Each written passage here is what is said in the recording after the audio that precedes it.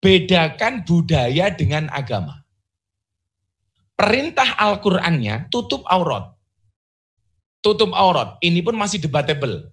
Masih debatable. Maka ketika kemudian anaknya Profesor Dr. Quraish Shihab, Mbak Najwa Shihab, tidak pakai jilbab, kemudian karena beliau lahir di tanah Arab. Bahkan kalau kita lihat, jubah yang digunakan oleh orang Arab itu sudah ada sejak sebelum Kanjeng Nabi.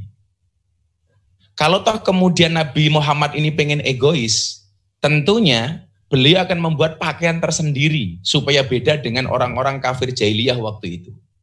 Tapi ternyata, walaupun beliau membawa ajaran baru Islam, tidak merubah pakaian dan adat istiadat orang Arab Saudi. Maka kalau kemudian saya ditanya, apakah orang Indonesia juga harus ikut-ikutan pakai jubah seperti orang Arab? Tentunya jawabannya tidak. Kenapa Rasulullah menggunakan jubah seperti yang digunakan Abu Jahal, Abu Lahab, dan lain sebagainya?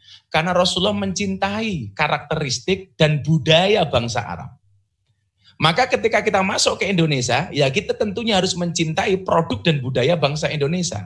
Maka Bung Karno pernah mengatakan, jadilah orang Hindu tapi jangan jadi orang India. Jadilah orang Katolik tapi jangan jadi orang Roma. Dan jadilah orang Islam tapi jangan jadi orang Saudi Arabia. Artinya apa? Nilai ajaran agamanya kita pakai, tetapi budayanya tidak harus sama. Maka lucu ketika saya kemudian pakai belangkon, saya diprotes Pak Untung. Wah Kiai kok pakai belangkon? Nah, saya bilang, salahnya belangkon saya apa? Aku tuku belangkon ya duit-duit saya sendiri. Ya kan, sing tak wadahi ndas-ndasku dhewe gitu. Orang kemudian tidak bisa membedakan mana agama, mana budaya.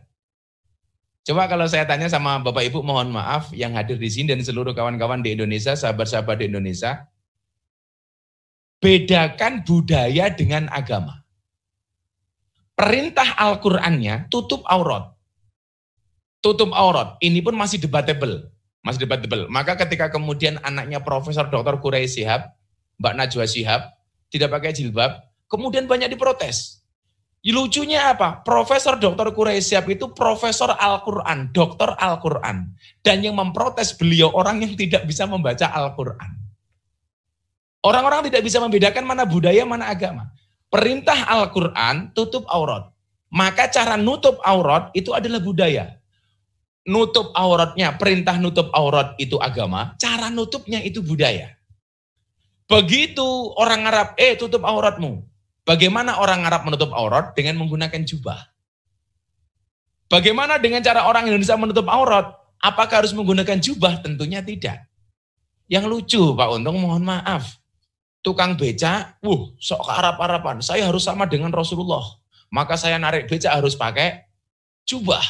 Ya mohon maaf, kalau narik becak pakai jubah ya narik remnya bisa salah Pak.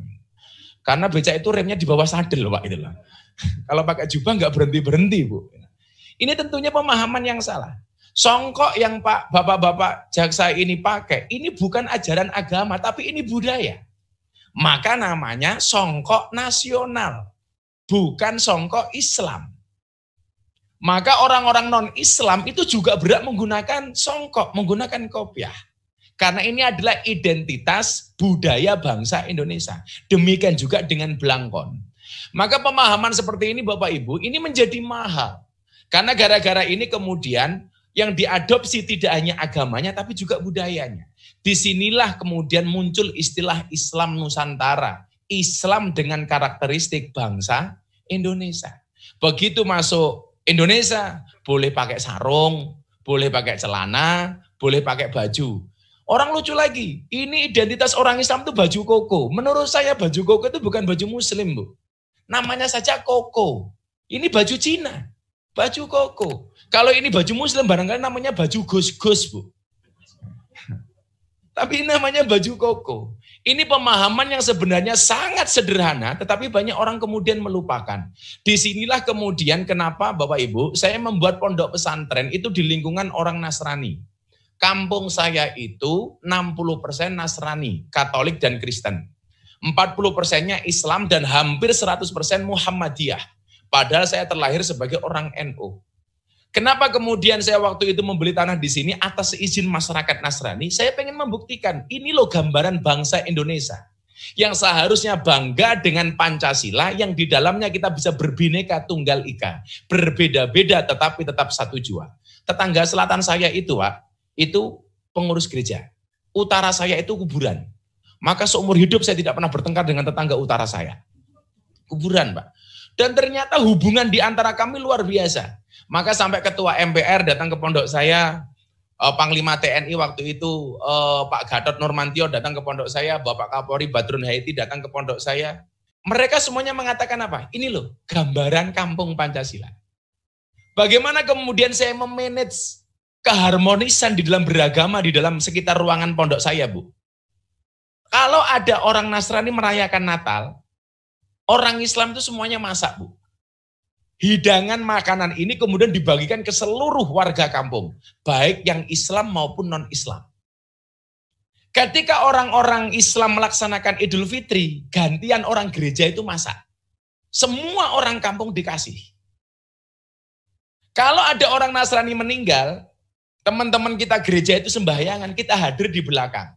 Nanti begitu hidangan keluar, kita makan bareng. Kalau kata orang Jawa, kembul bujono. Kalau nanti ada orang Islam meninggal, tahlilan, kawan-kawan kita Nasrani di belakang. Begitu makan, kita makan bareng. Dan ini terjadi dengan sangat luar biasa karena kita memahami arti Bhinneka Tunggal Ika di dalam Pancasila sebagai ideologi negara.